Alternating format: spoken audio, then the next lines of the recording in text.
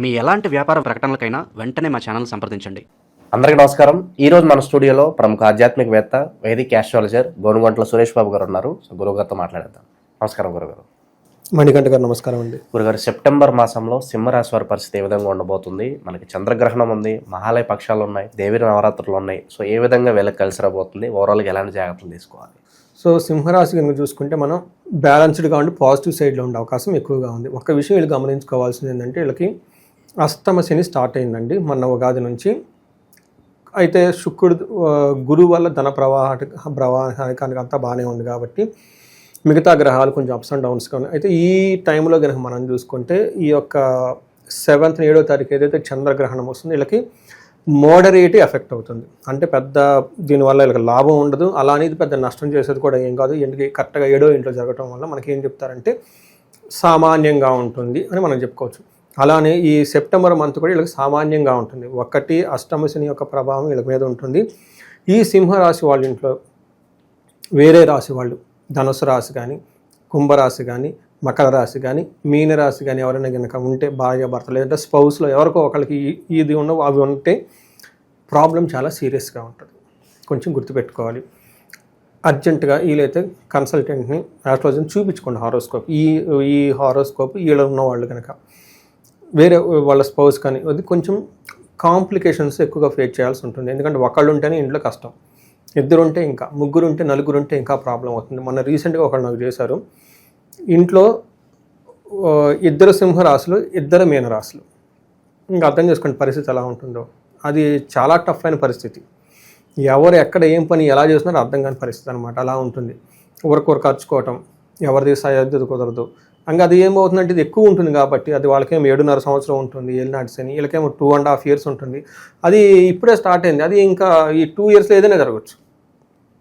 అందుకని వీళ్ళు ఇమ్మీడియట్గా వీళ్ళని తొందరగా పరిహారాలు చేసుకోవడం చాలా చాలా ముఖ్యం. అయితే ఈ సందర్భంగా చూస్తే మనం సెప్టెంబర్ మంత్ వీళ్ళకి ఒక సామాన్య మంతంగా ఉంటుందని మనం చెప్పుకోవాలి. అందులో పెద్దగా ఇబ్బంది పెట్టే గ్రహాలు అయితే ఏమీ లేవు.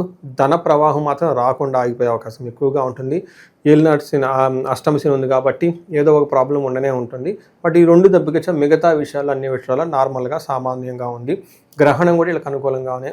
అనుకూలం అని చెప్పలేం, నార్మల్గా ఉందని మనం చెప్పుకోవాలి. మనం డీటెయిల్స్ కనుక చూస్తే వీళ్ళకి మఖ 1, 2, 3, 4 పాదాలు, పుబ్బ 1, 2, 3, 4 పాదాలు, ఉత్తర ఫస్ట్ పాదం అంతా మనకి సింహరాశిలో ఉంటారు.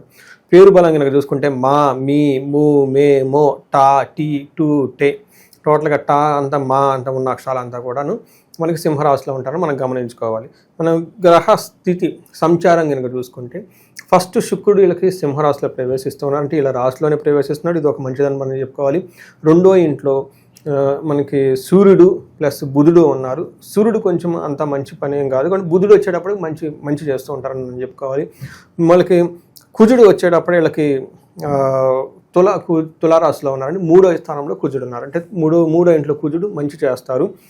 శని వీళ్ళకి అష్టమ శని ఇస్తూ ఉన్నారు. గురువు వీళ్ళకి ధన ప్రవాహాన్ని అయితే ఈ రాశి వాళ్ళకి ధనం ఏదో విధంగా వస్తూనే ఉంది. కానీ ఈ ఒక్క 1 month ధన ప్రవాహానికి ఆటంకం వచ్చే అవకాశం ఎక్కువగా ఉంది. గమనించుకోవాలి. అంటే 2 పెద్ద గ్రహాలు అనుకూలంగా లేవు, మిగతా చిన్న గ్రహాలన్నీ కూడా అనుకూలంగా ఉన్నాయని మనం చెప్పుకోవాలి. ఓవరాల్గా చూసుకుంటే ఒక నార్మల్గా ఉందని మనం చెప్పుకోవచ్చు. ఇక ఓవరాల్గా ఈ రాశిలో ఎలాంటి నక్షత్రాలు ఉంటాయి, వాళ్ళకి ఎలా ఉండబోతుంది? సో నక్షత్రం మఖ, పూర్వ పాల్గొని, ఉత్తర పాల్గొని నక్షత్రాలు ఇందులో ఉంటాయండి. ఇందులో మఖా నక్షత్రం వాళ్ళకి కనుక చూసుకుంటే పాజిటివ్ సైడ్లో వీళ్ళకి సంపదలు బాగుంటాయి, ధనలాభం ఉంటుంది, ఐశ్వర్యవంతంగా ఉంటారు.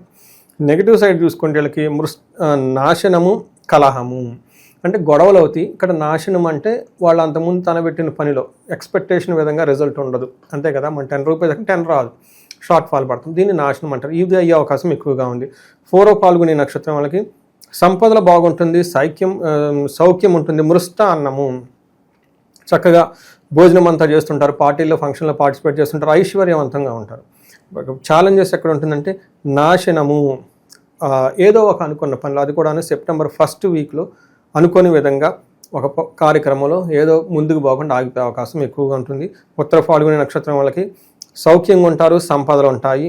తర్వాత నెగిటివ్ సైడ్లో ఎక్కువగా డ్రాబ్యాక్స్ ఎక్కువ ఉన్నాయి. వీళ్ళకి నాశనము, కలహము, మృత్యుభయము, నాశనం కూడా చూపిస్తూ ఉంటుంది. కొంచెం జాగ్రత్తగా ఉండటం ఎంతైనా ఈ పర్టికులర్గా ఈ ఉత్తర పాల్గొనే నక్షత్రం వాళ్ళకి చాలా ఇంపార్టెంట్. వీళ్ళకి మనకి సూక్ష్మ గోచరం, లఘు గోచరం అన్న కాన్సెప్ట్ చూస్తే వీళ్ళకి సూర్యుడు ఫస్ట్ హౌస్లో ఉండటం వల్ల స్థాననాశనం, ధనచ్ఛేదం, అర్ధక్షయం, అర్ధప్రాప్తి అని చెప్తారు. అంటే ఉన్న హౌస్ ఫస్ట్ 15 డేస్లో వీళ్ళది ఒక పదవి కానీ పోస్ట్ కానీ పోయే అవకాశం ఎక్కువగా ఉంటుంది. ధనం విపరీతంగా కోల్పోయే అవకాశం ఎక్కువగా ఉంటుంది. సంపదలు కోల్పోయే అవకాశం ఎక్కువగా ఉంటుంది. కానీ ధనం అర్ధప్రాప్తి, డబ్బు కూడా వచ్చే అవకాశం ఎక్కువగా ఉంది. అంటే ధనం వస్తుంది, ధనం పోతుంది. తర్వాత స్థానం కోల్పోయే అవకాశం ఎక్కువగా ఉంది. ఇది మనకు ఆల్రెడీ చెప్పుకున్నాం కాబట్టి అష్టమ శని ఉండడంతో ఏదో ఒక ప్రాబ్లం వీళ్ళకి వస్తూనే ఉంటుంది. అది అది కంటిన్యూస్గా వెళ్ళిపోతూ ఉంటుంది, ఏదో ఒక ప్రాబ్లం. 15th తర్వాత కనుక చూసుకుంటే వీళ్ళకి ధనము, ధనలాభం, శ్రేయం, అఖిల విషయభోగం.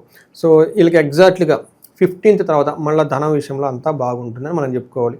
ఒక రకంగా చూసుకుంటే చాలా బాగుందని చెప్పుకోవచ్చు. అయితే ఇక్కడ ఒక ట్రిక్ ఉంది. ఒక ఏమంటారు, ఈ దారి వెళ్ళాలి అని మనం అనుకోండి, ఇదేమో ప్రాబ్లమ్స్ ఉంటుంది, ఇదేమో చక్కగా ఉంటుంది. ఇక్కడ మన బుద్ధి, విచక్షణ జ్ఞానం మనకు చాలా అవసరం. ఎందుకు ఈ మాట చెప్తున్నానంటే సూర్యుడు 2వ ఇంట్లో ఉండటం వల్ల హీనత్వం, దుష్ట సంసర్గం, వక్ర బుద్ధి వస్తుంది. సో 2 మార్గాలు ఉన్నప్పుడు ఇటే మంచి మార్గం అనుకుని చెడు మార్గం ఎందుకు అనుకున్నది అగైన్ మీ ఇంట్యూషన్ బట్టి ఉంటుంది. ఈ మాస ఫలితం మీరు చక్కగా డెసిషన్ తీసుకుంటే చక్కగా ఉంటుంది. సరైన డెసిషన్ తీసుకోకపోతే అది కూడా మీతోనే ఉంటుంది. గ్రహాలు అయితే మీకు న్యూట్రల్గా ఉన్నాయని చెప్పుకోవాలి. మనకి మహర్షులు ఏం చెప్తారంటే హీనత్వం, దుష్ట సంసర్గో, మనస్తాపం, శిరోవ్యధ, నిష్ఫలం, కృషి, వాణిజ్య, వెత్తరాశిగతో రవి అని చెప్తారు. అంటే హీనత్వం, నీచ బుద్ధి వస్తుందంట. ఏదో తప్పుడు పనులు చేసేద్దాం, ఎవరు చూసారని స్మార్ట్గా ఉండటం. దుర్మార్గుల సహవాసం, పొయ్యి దుర్మార్గులు వాటి పక్కన కూర్చుంటారు. తర్వాత వాడేమైనా ఊరుకుంటాడా, గిల్టీనెస్ ఫీల్ అయిపోతారు. తర్వాత ఏమవుతుంది, తలనొప్పులు వచ్చేస్తాం. తర్వాత ఏదో వృధాగా డబ్బులన్నీ ఖర్చు పెట్టేసుకుంటాం. చూడండి, ఒక దుష్టి దగ్గర పోతే లిస్ట్ అంతా ఇవే వచ్చేస్తాయి. వ్యాపారాల నష్టం, చేయాల్సిన పని చేయక దుష్టుడి పక్కన కూర్చుంటే వ్యాపారాల నష్టం నాకు ఎక్కడ వస్తుంది. ఫైనల్ ఏం మిగులుతుందంటే ఇతరులచే మోసగించబడటం. అందుకని జడ్జిమెంటల్, వివేక వైరాగ్యం ఉన్న వాళ్ళే తెలివైన వాళ్ళు అని మనం చెప్తుంటారు. ఒకటి వివేకం ఉండాలి, ఏది చేయాలి ఏది చేయకూడదు. రెండోది వైరాగ్యం, ఎప్పుడు కొన్ని బ్యాడ్ థింగ్స్ని వదిలిపెట్టుకుంటూ ఉండాలి. ఈ 2 ఉంటే, అందుకని సింహరాశి వాళ్ళకి కష్టపడాలా లేకుంటే సుఖపడాలా అనేది మీ చేతిలోనే ఉంది. పైన ప్లానెట్స్ చూస్తూ ఉంటారు అనమాట. మీరు మంచి డెసిషన్ తీసుకుంటే మంచిగా ఉంటుంది. They also support. మీరు డెసిషన్ తీసుకుంటే ఆ సైకిల్ అంతా బేర్ చేయాల్సి ఉంటుంది. ఈ టైప్ డెసిషన్ తీసుకుంటే కష్టపడండి, డబ్బులు సంపాదించుకోండి, ఎంజాయ్ చేయండి, హ్యాపీగా ఉండండి ఫ్యామిలీతో. ఇది వద్దు, అటు పోదాం అనుకుంటే అట్లానే ఉంటుంది రిజల్ట్. ఇంకొకటి, ఇది సూర్యుడు ఇచ్చే రిజల్ట్.